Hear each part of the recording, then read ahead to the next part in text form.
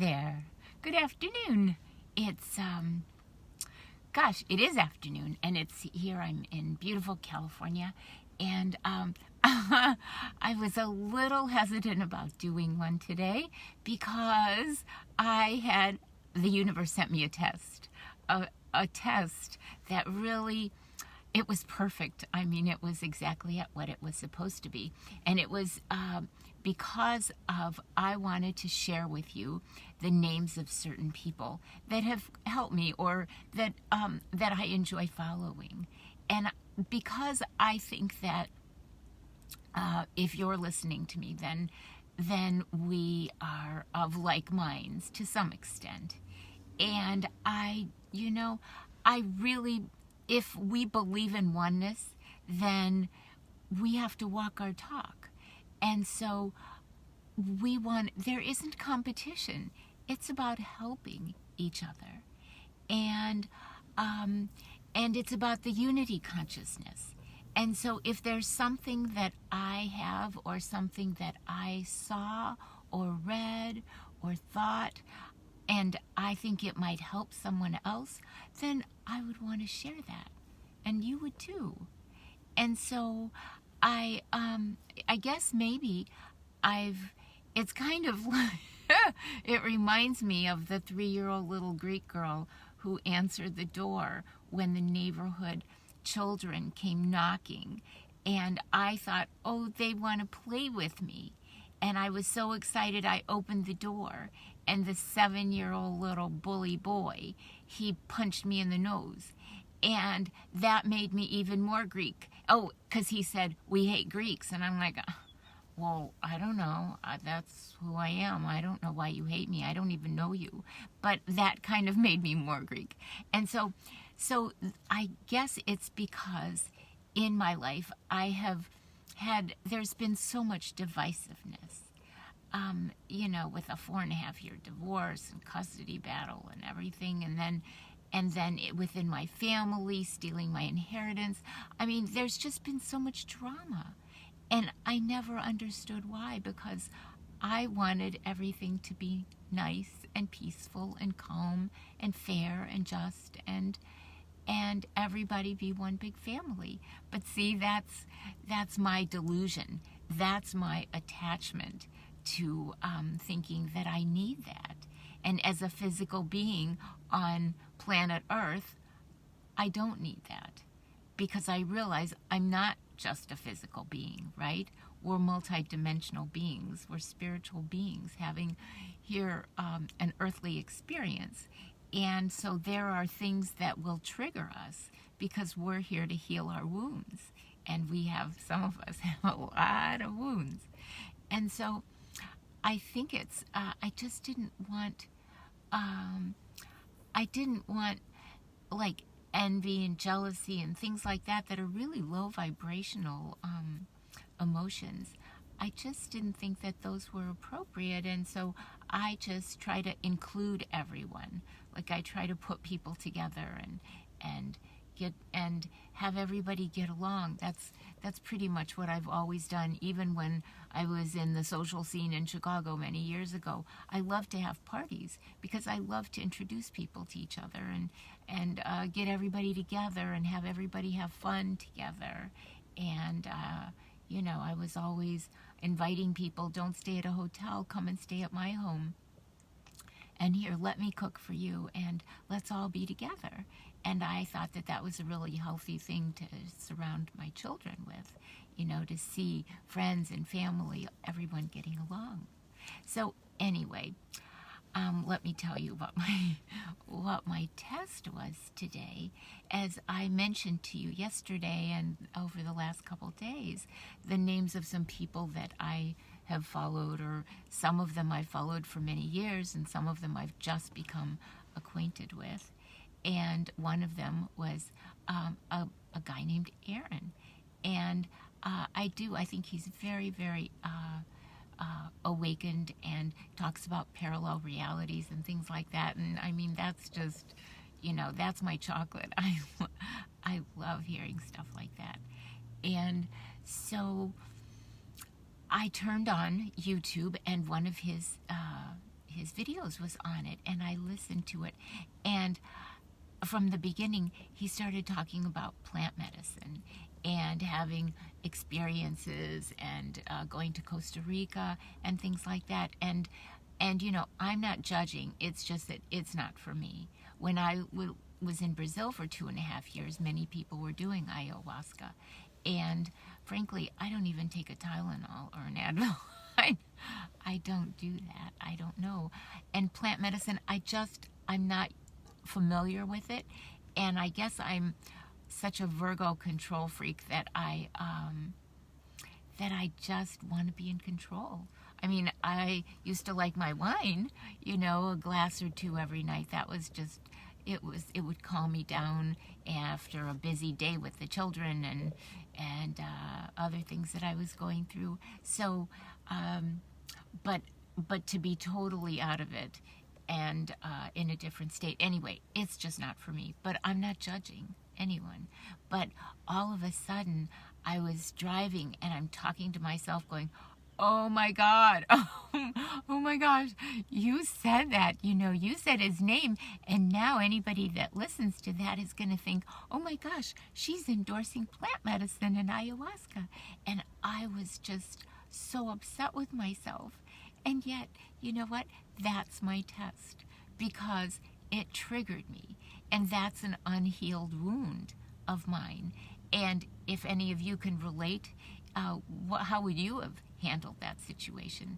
So if in fact someone would think that I was endorsing him, and I wasn't, but everybody's entitled to their own opinion. But I guess I was worried about what other people would think of me bringing his name up, and so I have to heal from that.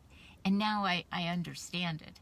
And it was really good, because when there are unhealed issues, we are triggered. The universe will test us, and those feelings will bubble up to the surface so that we can acknowledge them, and we can process them, and then we can heal them.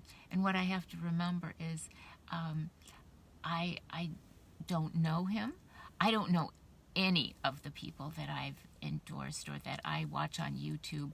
I have a very small circle of basically just myself. and I used to have a very large circle, but I haven't yet met my tribe. And so I'm kind of a free agent. I'm kind of a lone ranger. Not that I really, I think it was very important to go through that stage. I think I'm ready now to really enjoy the company of other people and learn and connect and collaborate and corroborate and cooperate. Yeah, all of the above. And so I am looking forward to that. And so anyway, I think as we raise our vibration, I think we're tested more and more, and we need to let go of the labels that we have about oh well, this is not what I would do. I mean, so what? It doesn't matter. And so for you, what do you think about that? I mean, do you tend to stay within a more homogeneous crowd and network, or do you have people from all over? And oh gosh, I just read a quote. I just read something about that. And I might get on right after this, or I'll do it tomorrow. But it really is about, we're here on planet Earth to experience life and to experience all kinds of situations and events and people and places and things so that we can heal them. And we're here to play. This is our playground, and we're here to experience and to expand our soul, because our soul is, life is about the expansion of our soul. And so as we do that, we progress and we raise our vibration. And if that's what we're here to do, then, we don't really want to live in a log cabin someplace in the woods. Although for a while it might be nice because then we can go within without the distractions. But after a while, it's really important to experience life. Yeah, I think so too. It's about, so I saw the problem. There's a problem. The problem was he was talking about plant medicine, and I don't want to be associated thinking that I am endorsing that. That's the problem. My reaction was, horror of all horrors. I'm talking to myself while I'm driving going, oh, Maria, what did you do? That's ridiculous. Oh my gosh, what are people going to think? So that's my reaction. And then the solution was just to detach from it and to say, you know what? My intentions were good. I wanted to bring everybody together. I wanted to give people information about other people on YouTube. And in fact, today I was going to tell you about somebody I listen to who's in the UK, and I think he's adorable. And so he's a medium and very, very gifted. And I wanted to tell you about him. And then in a couple days, I wanted to tell you about someone if you wanted to get any kind of prognostication on 2021. Because there's a very, very talented and gifted woman who is very, very psychic. And I've been following her for about 5 or 6 years, just like the man today that I'm going to tell you about. Well, I might as well tell you rather than keep you in suspense. Anyway, his name is Sasha, and it's Sasha Bonison. And he's a psychic medium, and he's very entertaining actually, because he sings and he's doing that not because it's just so silly, but because he's actually raising the vibration and working with the energy of whomever he is talking about. And I think that's really amazing. So anyway, I do believe in us all sharing and helping each other, because we are here to help one another. We are here to serve. And if there's anything that I can tell you that I've experienced that has helped me, I'm most happy to share it. And I hope you do that, the same with your circle of friends. And so I think we have to decide, who we want to be, who we are, and then just be it. And if what we want to do is walk our talk and believe in oneness and get everybody together and cooperate, then I think that we have to do it and not be afraid. What else can I say? Let's see. We have to stay true to our purpose, which, of course, and so it's the unhealthy patterns that will trigger us and that we're here to clear. And so anyway, that's really what I have to say about that. And so I thank you for being the catalyst, for allowing me to see that, to react in a way like, oh my gosh, what are they going to think? But I realize it's a good thing, because now I've detached from what anybody thinks of me, right? I mean, the freedom is only when we can detach from the expectations of others. And also, we don't have expectations of others.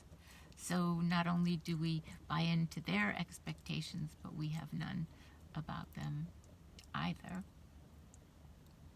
And the other thing, very briefly, I just wanted to mention was about the bus door, because it's come to my attention that how in the world would a company like Greyhound have a bus door that smacks me, that closes just as I'm walking up the step to get on that bus, and the door closed and smacked me on the right side of my face, as I mentioned, and then threw me so that I smacked the left side of my face against the side of the bus, and my entire left side of my body, and then I collapsed and I went into shock. But now how would that happen has been brought to my attention, and actually online they do say that in fact there are only there is the bus driver is in control of that. There's a button inside the bus, and then there is a button remotely in case there's an accident or something like that and they need to open the door from the outside. So short of that, though, the bus doors don't just close. And yet the bus driver, once we got back on there, he was yelling at one of the guys sitting in the back seat, and he said, you know, why did you remove the yellow strap from holding the bus door open? Well, there is no strap that would secure a several-ton door, or however many pounds that door is. And in fact, I learned that when I got off the bus in Medford, and I mentioned that I took this bus because I had luggage, too much luggage it was everything I had. Okay, so by the time you put books in a suitcase, you put, you know, shoes and kitchen articles and things like that, you know, it just takes up a lot of space. And coats and warm sweaters and things like that. It was Oregon. No, it was Arizona. But it was cold in Arizona occasionally. But anyway, so what happened is he was yelling at somebody with the straps. And so when I arrived in Medford, Oregon, I remember I was just in such a fog. And I saw another bus driver, and I walked up to him and I said, can you help me? My suitcases are under this bus and I can't get them. And so he said, oh, you're the one. And I said, yeah, you've heard about me. And he said, oh yeah, that the bus door closed on you. And so he helped me with my luggage. And then I said, well, how does that happen? And so he said, there is only one way, and that is the bus driver's in control of that.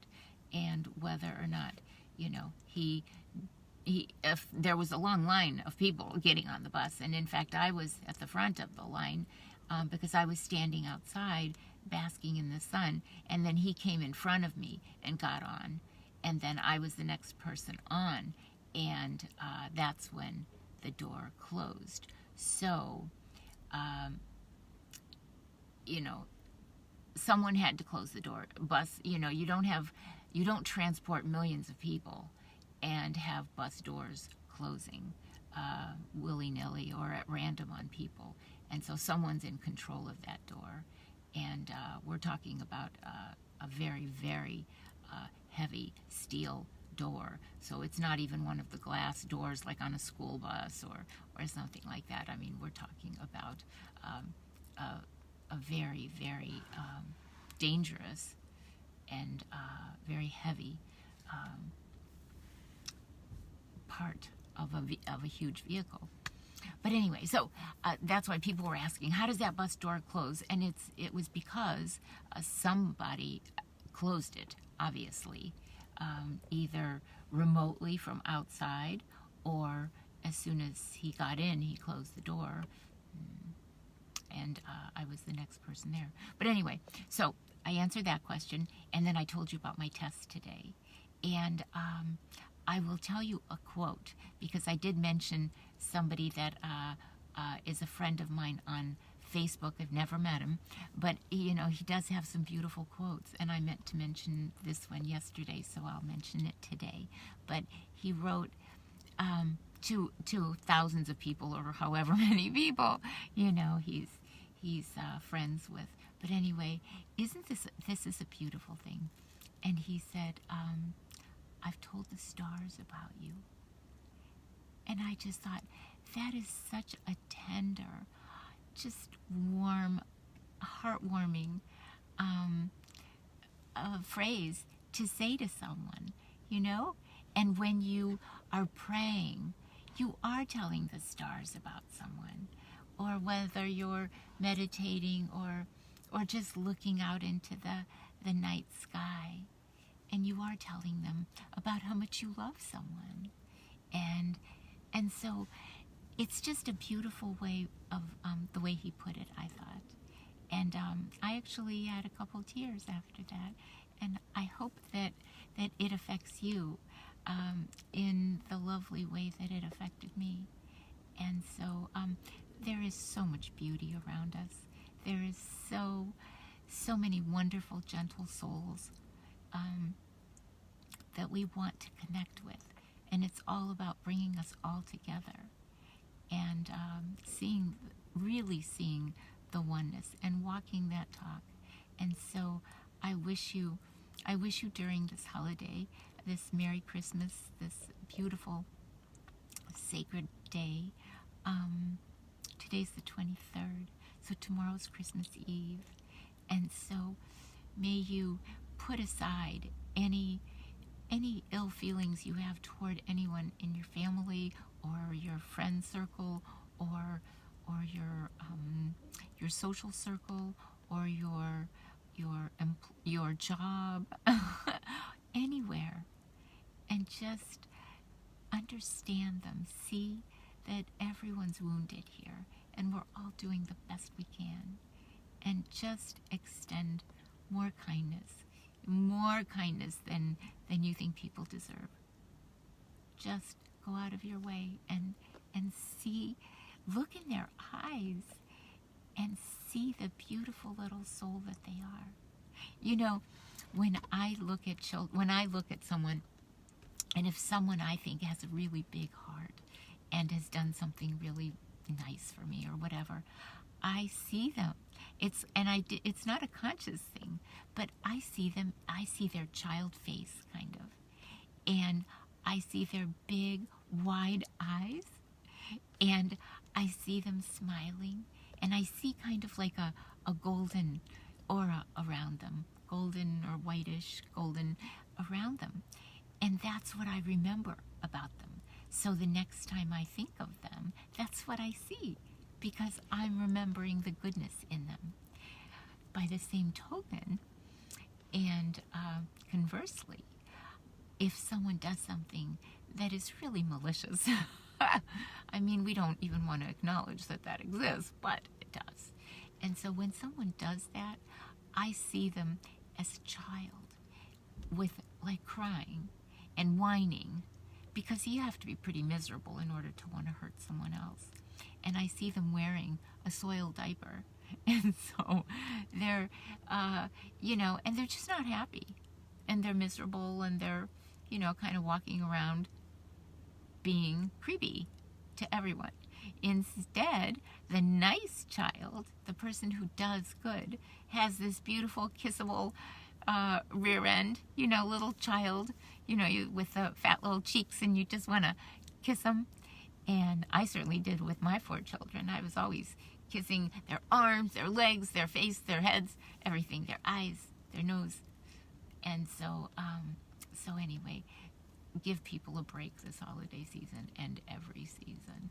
They're just children wearing soiled diapers, and they just don't know any better. So on that note, I will say goodbye for today, and I look forward to connecting with you tomorrow if you have a moment out of your beautiful Christmas Eve day. So I love you, and I wish you always the very, very best, and enjoy your day.